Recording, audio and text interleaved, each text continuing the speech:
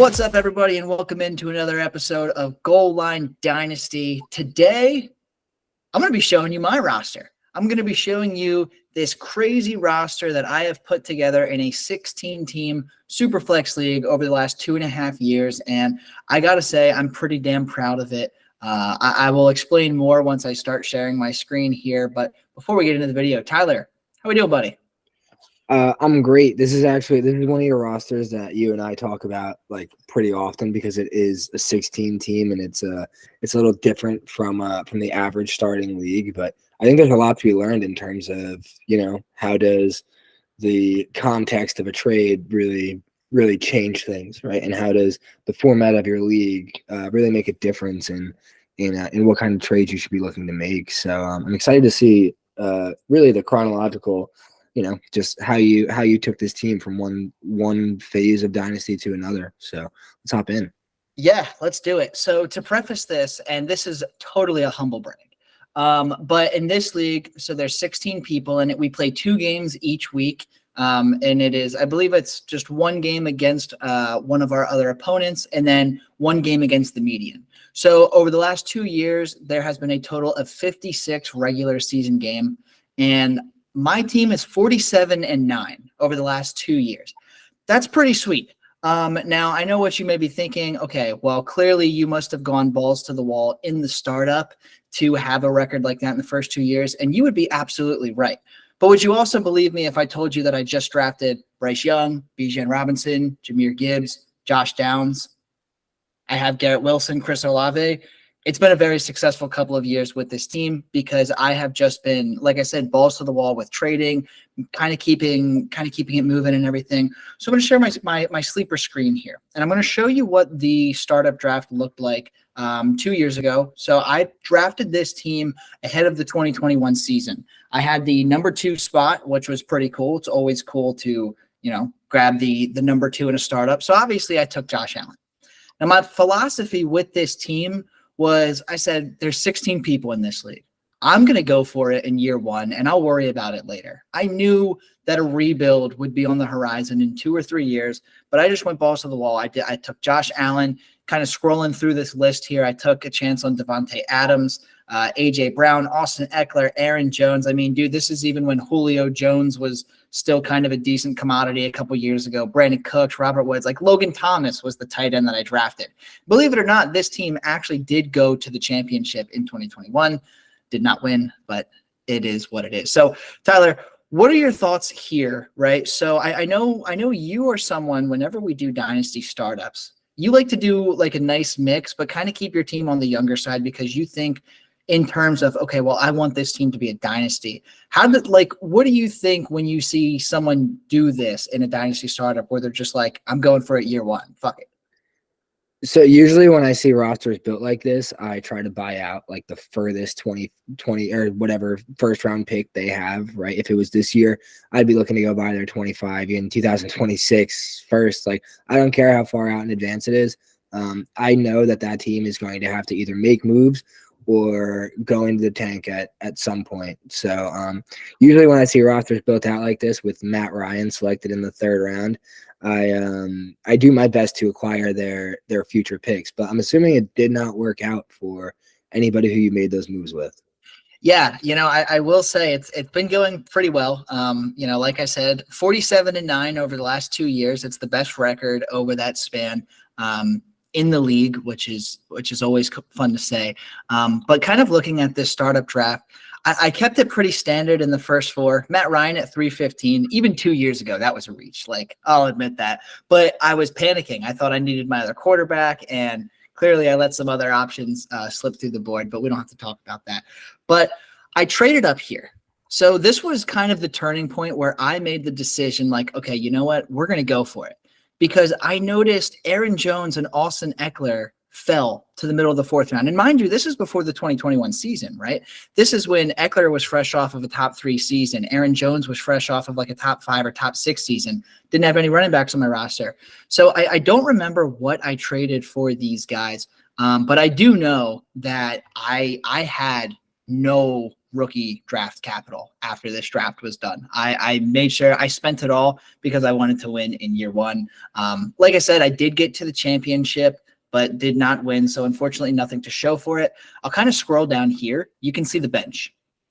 Not a single person on this list worked out for me as a bench stash. Not a single one, right? And maybe this is me telling on myself a little bit. Maybe I don't know ball like I think I do, right? But fact of the matter is this team has been good over the last 2 years, and I'm about to show you exactly what I did to keep this team relevant. So I want to jump forward here, and let me move over to my other screen here. So I want to show you what this team looked like last year. So bear with me. I kind of put everything on a Google sheet here. This is what my team looked like at the end of my playoff run of the 2022 season. So this was in December of 2022. This was 5 months ago, right? So I had Josh Allen and Joe Burrow. Obviously, I didn't take Joe Burrow in the startup. You see A.J. Brown is not here. Don't remember the exact trade, but I do remember A.J. Brown was sold along with a couple of picks for Joe Burrow. Also had Tony Pollard, who had a nice little year last year. Zeke Elliott, kind of up and down. Jacoby Myers, Darren Waller. I mean, this is a win-now team, right? That's outside of Burrow and Josh Allen. We have a 28-year-old running back. We have a running back that just got his second contract in Josh Jacobs, Devontae Adams, Keenan Allen, Darren Waller. I mean, that is an old as dirt receiving core, right? And then Tony Pollard, for all we know, he could be a one-year wonder. That's yet to be seen. I think he's going to be good this upcoming year. But looking at this team, Tyler, I thought that I needed to hit a hard reset, or else I was going to really struggle potentially as soon as this season, but definitely in 2024 and 2025, considering I have nothing but third and fourth round picks at this point. Yeah, I mean, this looks like a redraft roster. It really does, looks like you just drafted this in, mid-July, mid-August to take it through into December. But, I mean, the two pieces that you do have in Josh Allen and Joe Burrow, I mean, you could fill out an entire roster with the value you'll be able to get for those guys. So, I mean, you weren't in the best spot, right? Somebody was going to have to be willing to bail you out and to give you that deal that you wanted. But, yeah, I mean, it looks like a team that's definitely built to put up, 170 points and make the rest of the league miserable for the year while everyone's waiting for it to fall apart. Yeah, and I will say 2022 was a lot of fun. Now, there was a guy that went completely undefeated, like against the median and all. He went 28-0 on the season, and then he actually lost in the championship, which, I really hate to see it, but it is what it is there. But, yeah, so, looking at this team, knowing what we know now, right, over the last 5 months, I have sold off almost every single piece that you see on here.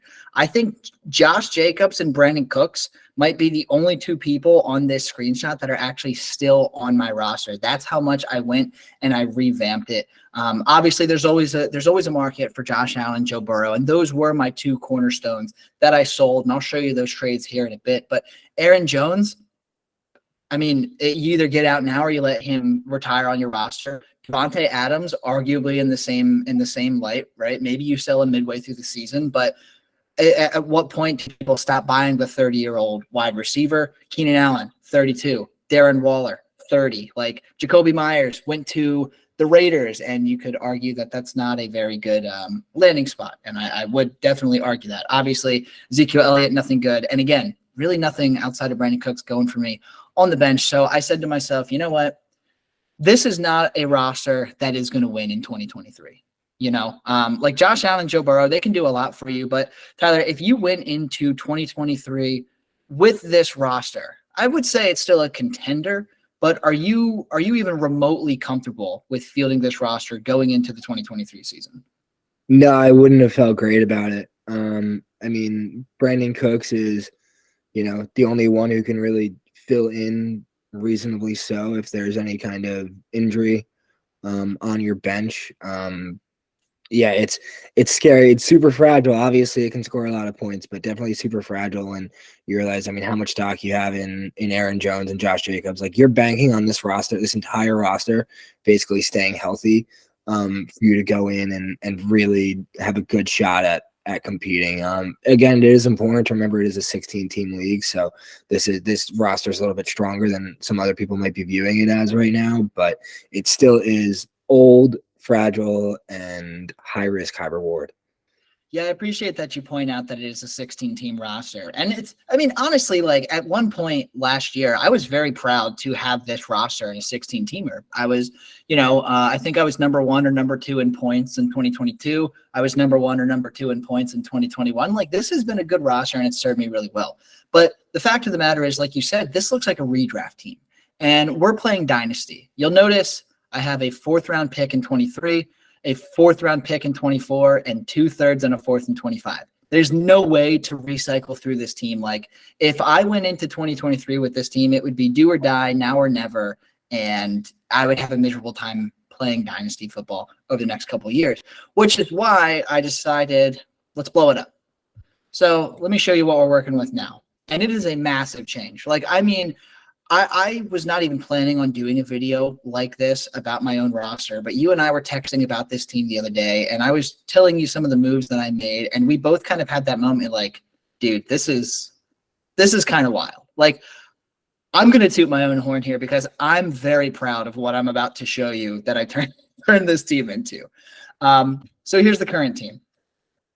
Now, if we're looking at just the active roster, right, there's only a few actual notable names on there, but they're pretty good, cornerstone dynasty names.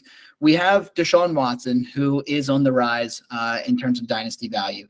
Josh Jacobs, still going to be just as good in 2023 as he was in 2022. Obviously, nothing to write home about James Robinson or the other running backs on my roster there. But then I have Garrett Wilson, Chris Olave, Deontay Johnson. That's a nice young trio at the wide receiver position with Brandon Cooks as an added bonus. And then I do have the tandem of Trey McBride and Zach Ertz, also Dawson Knox there you can see at the tight end position. So each week I will have a rotation to put in at the tight end position. The real kicker is look at all the draft capital that I was able to add. I essentially took Devontae Adams, Tony Pollard, Josh Allen, and Joe Burrow, and I turned it into Bijan Robinson. I turned it into Bryce Young, Jahmyr Gibbs. I got Josh Downs. And then I have 2 additional firsts next year, still working on rebuilding the draft capital in 2025. But Tyler, looking at this team, right, I don't necessarily know if it's going to put up as many points as that previous team that I had was, but I think I'm still an immediate contender, and my team got an entire revamp and got a hell of a lot younger.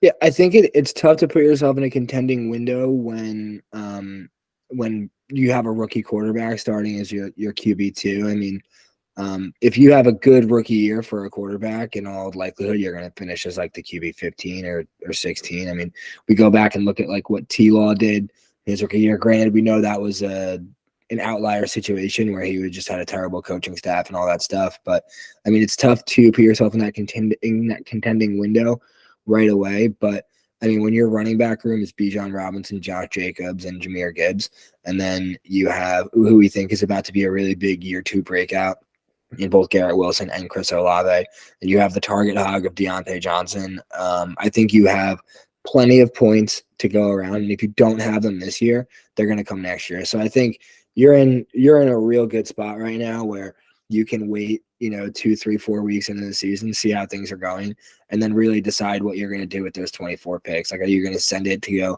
go and acquire a CMC or a Derrick Henry, or are you going to, hold on to them and take that 104, 105 or whatever that you might get next year? I think you're in a perfect spot owning your own 24 first. And I think it's so important on rosters like this to have that 24 first, because once you give it away to someone, you try and go buy it back during the season, they know exactly what you're trying to do. If you're trying to contend, you're not trying to buy your 1st-round pick back for the next year. So they're most likely going to hold it from ransom for you. So I think this is just overall built like incredibly. I mean, you have 2 top 10 dynasty wide receivers right there. You have 3 top 10 dynasty running backs. I think Deshaun Watson is set for a bounce back year. You have the best quarterback coming in this draft class, at least what the NFL thinks is the best quarterback in this draft class coming in.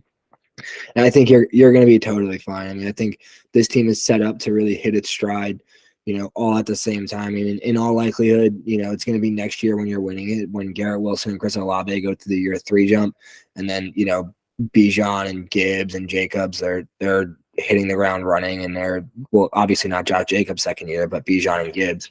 right? I think it's perfectly set up to peak all together right here. I mean, I think you'll have Deontay in his final couple years in the league, and he'll still be doing his thing. I think you're very, very well set up here, and the winning window is very clear. That's one thing I really love about this roster, is that the intention is very clear. There's a lot of rosters I see where it's like you have Chris Olave, Devontae Adams, and you have a Christian McCaffrey, but then you also have Zach Charbonnet type thing. And it's like, when is this roster going to peak? That's the question I ask myself a lot. Like, are all of these players winning window lining up with each other? And this is a roster where I really think it does. Yeah, I'm really excited with what I was able to put together here, especially with my receivers there. Now, originally the plan was at 105, I was going to take JSN, right? Pre-draft, I was like, dude, I'm going to have Wilson, Olave, JSN. I'm going to do the Tyler Beck special and reunite the Ohio State receiver room. But then Jahmyr Gibbs got that draft capital. I couldn't pass up on it. But yeah, I mean, to your point, I got my own 24 first back, right? I made sure that I was going to be able to do that, because if my roster hits, I don't care if my pick is late because I made the playoffs. But if my roster doesn't hit this year, I know it's still probably going to hit this time next year. And I do have my own first. So if I do miss the playoffs, I am getting my top 8 or top 10 pick there, right? And I'd be pretty happy with that. And the other thing too, like you said, I can wait 4 or 5 weeks into the season, and if it's not looking good, I can sell off Deshaun Watson and commit to the tank. I could sell off Josh Jacobs. I could sell off Brandon Cooks, maybe even Deontay Johnson, right? Like, there are 3 or 4 guys that are slightly older on this roster that I would be comfortable, taking a return on midway through the season if it's not going my way. And if I can decide that it's not going my way earlier in 2024, I'm hoping that it's going my way. I'd like to contend. But throw in the towel early. Try for the Caleb Williams. Why can't I speak? Caleb Williams. Yeah, I'm my own first round pick. But let me show you some of the trades that I made here, right? So see, I wasn't just blowing smoke. I actually am 47-9 over the last 2 years, most points for by a pretty decent margin in this league. And it is a fairly competitive league. I mean, when you have 16 guys in there, for if anyone in that league is watching this video, hey guys, how you doing? In a 16-team league, you're going to have a good mix of a lot of people. Obviously, there's going to be 1 or 2 teams that probably aren't quite up to par skill-wise to everyone else. And then you have people who are out front, probably 2 or 3 of us are really out front there. Then everyone else is kind of just in the middle. But the one thing that I love about a league this big is it is so active. There is, even in the off season, like early March, late February, when not really a lot of stuff is going on in Dynasty land, there's still like a trade every single week. So if you've never been in a 16-team Superflex league, it's not for the faint of heart, I can tell you that. But Tyler, if you need one of these leagues, like, it is so much fun. They are so active. It's really a great time. Yeah, I could imagine that. There's more brains to go out there and pick and to talk to, and more owners in the league. So of course, hopefully more stuff's going to get done. But yeah, let's hop into these trades. All right. So I think I got these trades in chronological order. As you can see with the total revamp of the roster, I made so many trades over the last 5 months. I think I got them in the right order, but bear with me here. So first trade I made, this was when I decided, okay, it's time to sell. When you sell Josh Allen, you know that you have just given up a decent window on your dynasty squad. So I sold Josh Allen, and for whatever reason, he wanted Robert Woods. Now, all of these trades were made in the last 5 months, right? So why he wanted Robert Woods as a throw-in, I don't know, but whatever.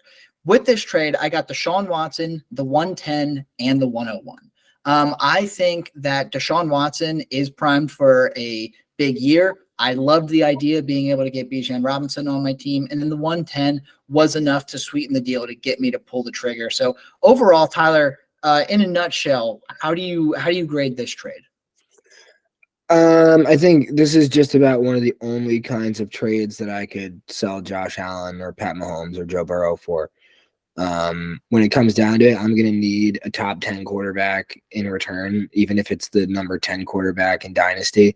And I'm going to need a couple of young pieces, whether it's 2 young receivers, 2 young first round picks, or or whatever it is, it's going to have to be a significant piece that I'm going to want.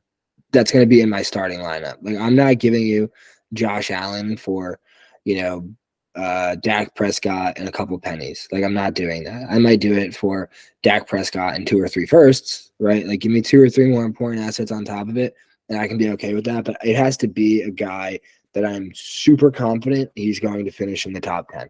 Like, if I have any type of even a sliver of doubt, if I'm winning the trade, I'm not sending away Josh Allen or Pat Mahomes or any of those guys in that tier.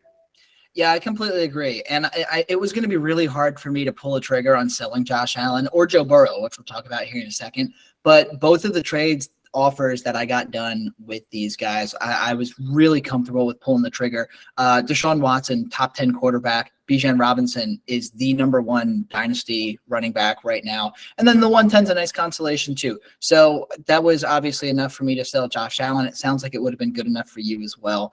This second trade here, Joe Burrow and Aaron Jones. I got Garrett Wilson, pick number 2 overall, and a random 2024 first. If I remember correctly, I think that 2024 first, that might have been my own first round back. It was either that one or the other one that I got. I feel like this might have been where I got my own first round pick back though, but don't quote me on that. But Garrett Wilson, a top 10 dynasty wide receiver, 102, my choice of the quarterbacks on top of Bijan Robinson, plus a 24 first. This enough for you to sell Joe Burrow? I think so. I mean, especially if I know that I'm getting Bijan back and I know that's what I'm going to replace Aaron Jones with. Like, almost, I don't want to say 100% because it is Joe Burrow, but I love Garrett Wilson this much and I believe in him this much that when you're getting Garrett Wilson plus the 102, plus another first on top of that God knows where it's going to end up. It's enough for me. I'd be nervous to send it. I would probably argue like let me keep Aaron Jones and I'll sell him for a second somewhere else or something along those lines.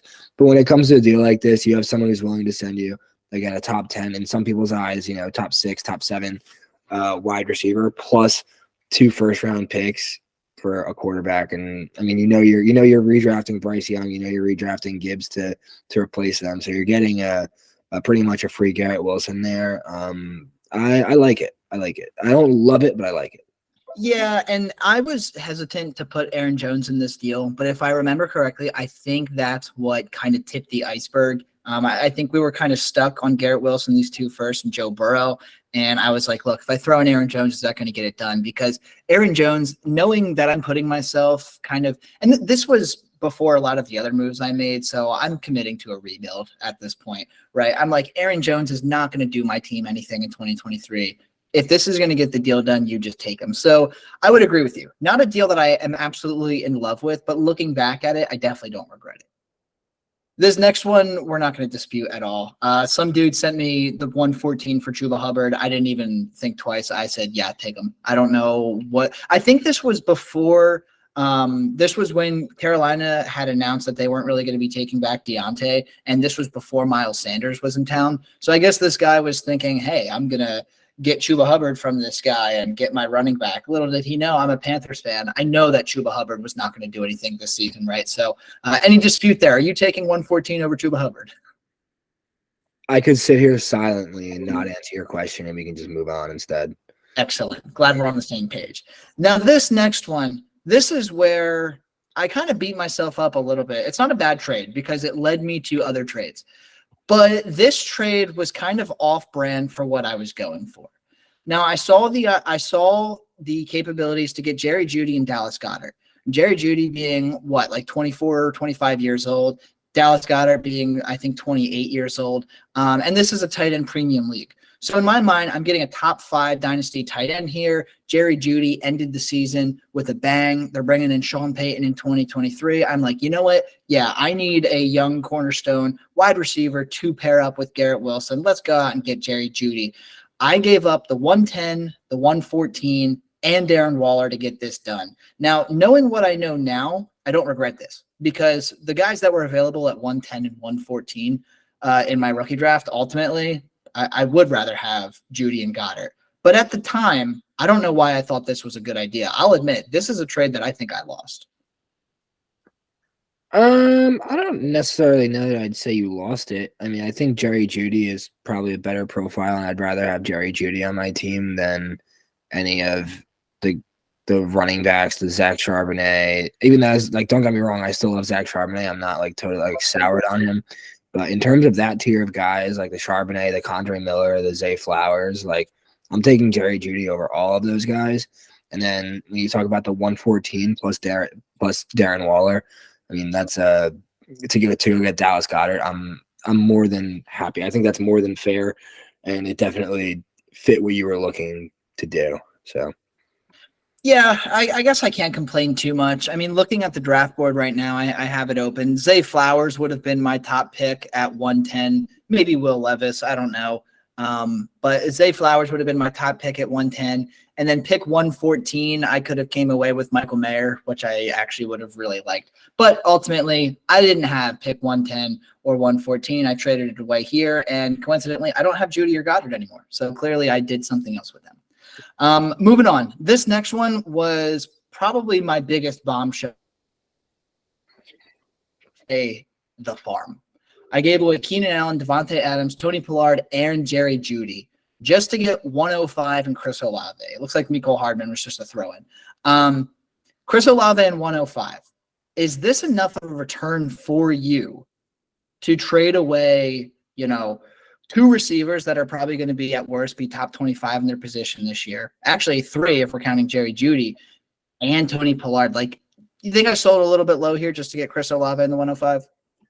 I think it kind of goes back to what you said before about like if you don't sell Devontae Adams now, if you don't sell Aaron Jones now, then they're going to retire on your roster. And if that's not fitting your window, then you might as well get anything in return that you can for them. And to get Chris Olave in that first, I mean, the way I'm looking at it is like, I mean, Keenan Allen and Tony Pollard for Chris Olave, and then getting that first round pick for Devontae and Jeudy. I think the first round is a little light for Devontae and Jeudy, but Olave for Keenan Allen and Tony Pollard, I'm smashing that so hard that it probably bridges the gap between the Devontae and Jerry Jeudy in that first. Yeah. Ultimately, I think I'm very happy with it at this point, and I like that you kind of bring up what I said there, right? Keenan Allen, Devontae Adams, they're 30 plus years old. Like, if I didn't trade them now, they're either going to retire on my roster or I'm going to have to just take what I can get to get them off my roster at some point this year. So I will say, admittedly, I think I sold a little bit low. I think I could have gotten a little bit better, but I was very excited to get a top 10 dynasty wide receiver. I also thought I was getting a second one because 105, I mean, the guys that picked, so I had 101 and 102, and then the guys that picked 3 and 4, they both only had one quarterback on their roster. So I knew that I would have my pick at any non-quarterback at 105, not named Bijan. So I was like, oh, yeah, Chris Olave and JSN, like, let's take this. Obviously, I ended up taking Gibbs. But overall, I don't regret that trade. I think in a vacuum, if I didn't know the situation of the two teams, I would say it's a kind of an even trade. But getting younger just made a lot more sense for my team. Now, this one I made simultaneously. So I essentially traded Dallas Goedert and Jacoby Myers, and I got back Deontay Johnson and Trey McBride. Deontay Johnson, I've talked about him a million times on this channel over the last couple of months. And dude, if he even got his season average touchdowns last year instead of 0, he would have been a top 20 wide receiver in 2022. I think he's going to have a big bounce back year. And then I'm just a big believer in Trey McBride. I mean, he's only 22 years old. The last 5 or 6 games of the 2022 season when he filled in for Zach Ertz, he was the tight end 6 over that span. So a lot to like there. This is definitely not a trade that I regret. But yeah, I think Deontay Johnson and Trey McBride for a team that I'm trying to make younger, I think made more sense than Goddard and Myers. Yeah, I mean, I really like Trey McBride. Like you were saying, he had a really strong end to the year last year. I think he's a pretty good buy low guy right now, and I think Deontay is in that same boat. I mean, losing Jacoby Myers, I do not mind that when he is over in Vegas and they have all those questions that they have. Giving him up for basically Deontay, a guy who you know is going to see more than 100 targets this year, probably upwards of 130 in that range. I'm good with it. Give me Deontay. Even though Deontay is not really a rebuilding piece, I think he would serve very well as the veteran on your roster once this roster kicks into gear. Yeah, and Deontay, it's not like he's super old, right? I think he's 26 years old, so really not too terrible. He'll still fit into the window that I need him to. And like I said, if not, he's a guy that I can look into selling in 2023 because I think he is going to rebound and I think his stock is going to go up. So I bought him low and I'll either keep him or sell him for more than I got him for. But moving on here, we got 4 trades left. This one, I don't know what possessed this guy to offer me this trade. It was a smash. Now, this was before Ezekiel Elliott was released by Dallas. There was reports that Dallas was going to keep him. He was going to retain his own role, whatever. Obviously, Dallas ended up going in a different direction. Dude offered me 2 half-decent running backs in Singletary and Hubbard and a 2025 second-round pick for Ezekiel Elliott. Again, this is kind of like the Chuba Hubbard for the 114 pick, right? Like, I think this actually came from the same guy. So he gave me 114 for Chuba, and then he gave me Chuba right back. So I essentially got Singletary, a 2025 second, and the 114 for Ezekiel Elliott. And again, don't know what that guy was thinking, but hey, I'll take it. Yeah, I mean, he just gave you 30 cents for 10 cents. He gave you 3 dimes for 1 dime. So yeah, smash it. Yeah, I'm cool with it. I turned around and somebody offered me a 2024 second round for Devin Singletary. This was before Devin Singletary signed with, where is he now? Houston? Is that right? Houston, yeah, he's at Houston with Damian Pierce. Yeah, so this was before Singletary was re-signed or before Buffalo had, brought in Damian Harris or anything like that. So somebody gave me a second round pick for Devin Singletary. I said, hey, dude, take him. These 3 trades I made in the last week or so. And this one, I like the idea of getting Terrace Marshall on my team. Not that he's done anything to prove me right, but third time's the charm with the breakout. But dude wanted to swap this second round pick that I had that I traded away. I'm projecting it to be late. It belonged to the guy that just went 28-0 in the 2022 season. So I think it's safe to assume he's going to have a pretty strong 2023. So I gave a late second for this guy's third, and this guy had the 102 naturally this year, right? So early third and Terrace Marshall for a late second in a 16-team league. I'll take that every single time. Even if Terrace Marshall is, even if he has a 20% chance of having a half decent year this year, I think there's a lot of worth to come out of a trade like this. Yeah, I mean, the reality is you probably moved back like 3 or 4 spots. So to just pick up a free young receiver who could produce for 2 or 3 games with Bryce Young, and if we're savvy enough, we can make a deal during that time. But yeah, you're not losing anything in this deal. Even though you might not be gaining the world, you're still probably picking up some extra value that you can cash in on later down the road. Exactly. And that's what it's all about, right? It is about just getting as much value as you can. As you said that, I don't know if you heard the beep. My pick 413 is on the clock in my 16 teamer. No idea who I'm taking. This is what is this? 61 picks into the draft or something like that. I'll just take a random guy here after this video. Next one, added value, right? I made the guy a low ball offer on Andy Dalton. I think I literally tried to give him like fab dollars for Andy Dalton, just in case Bryce Young does sit in week 1, right? I wanted a second quarterback to start in my Superflex, and he declined that and resend it and sent this to me. Andy Dalton Knox, a 25 fourth for a 24 third. Again, this is just nothing but added value. Don't know why this guy offered it to me. So you can see here 2 or 3 of these offers. I did get really lucky that somebody offered to me, right? But none of them are these ground shaking offers or anything like that. It's just small pieces that, kind of add up to a ton of value. But Dawson Knox, right? Throw him in here. What are your thoughts on Dawson Knox in 2023? Because I think not only do I think people are a little too high on Dalton Kincaid, I think people are completely disregarding Dawson Knox right now, and it's not cool. I agree with you. Definitely not cool. I think he's a good football player. I think he did have a down year this past season, but I think he's still going to have plenty of opportunity. I mean, what rookie tight end has ever come in and just totally shut out the rest of the tight end room? I think I was looking at a stat the other day that 2 tight end sets, it has nothing to do with fantasy, but in terms of real life football, I mean, 2 tight end sets were some of the most effective to throw the ball out of this past season in the NFL. So it would not shock me at all to see Buffalo run 2 tight end sets down at the goal line and see Dawson Knox catch 5 touchdowns this year. You know, it wouldn't shock me at all. I think that he's still going to be probably the third best receiving option on that team to lowball it. So I mean, there's other than Stephon Diggs, there's nobody else on that roster really you can tell me is a more important target in this moment in time than Dawson Knox. So I'm gonna take the free 3-for-1 here. I mean, that 3rd round pick doesn't really do much for you in terms of trade value. Dawson Knox might not do much more, but you have a free Andy Dalton and a free 4th. So like you said, while it's not groundbreaking, it's free value and you can use them in other places. So I'm with it.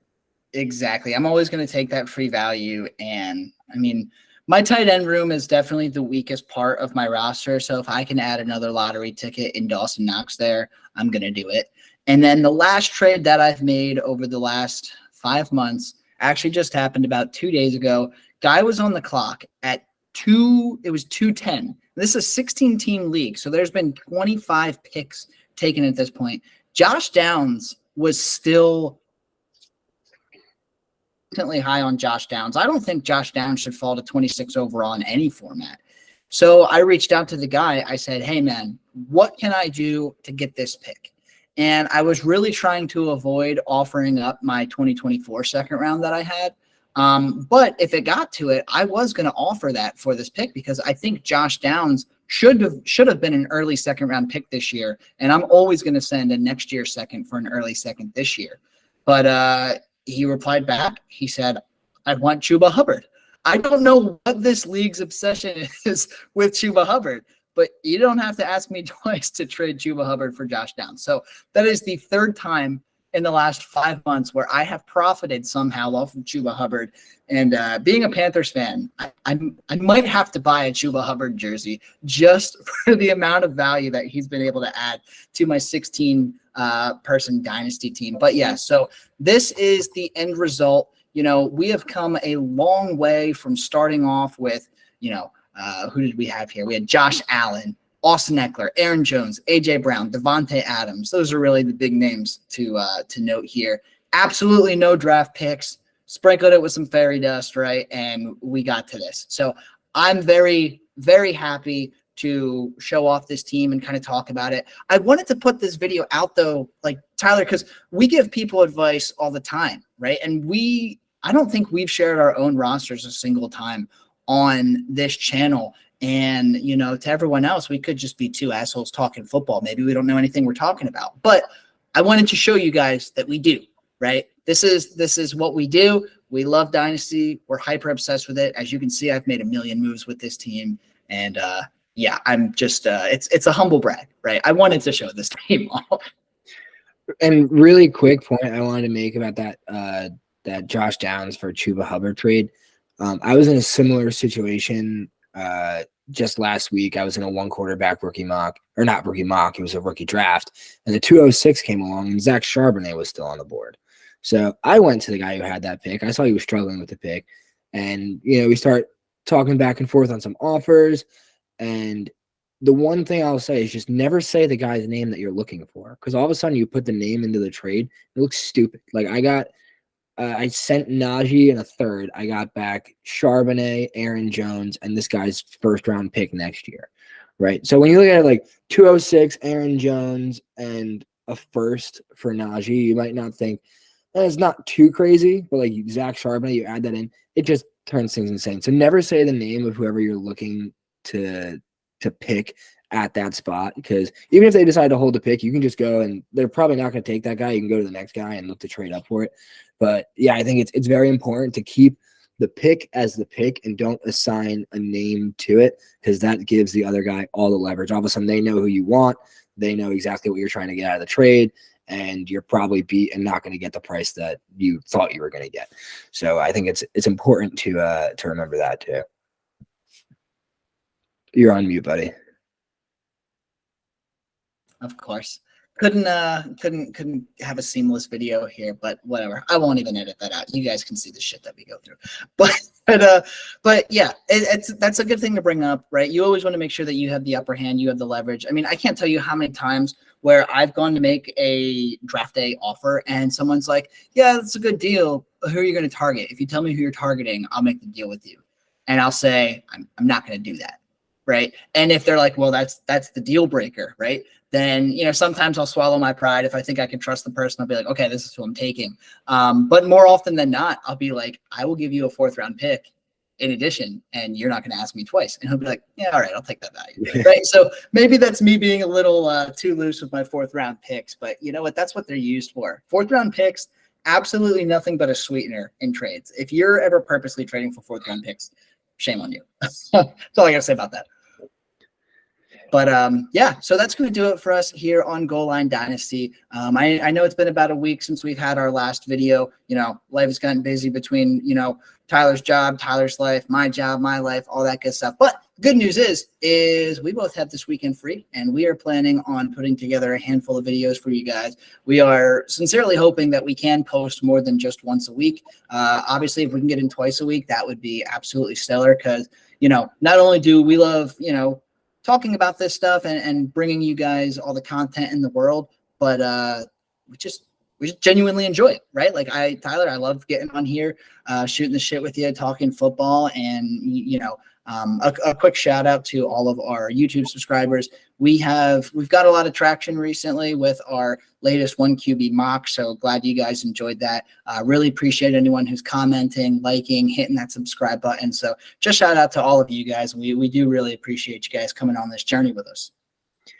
Yeah, just know as we're recording this right now, it is 10:45 p.m. on the Eastern Coast. So we are grinding for you guys, and we're doing our best to put it out there. But yeah, Mikey, always great to hop on and gab the gab with you. Gab the gab. I love it. But all right, guys. Well, for myself, for Tyler, and for Goal Line Dynasty, we will see you next time.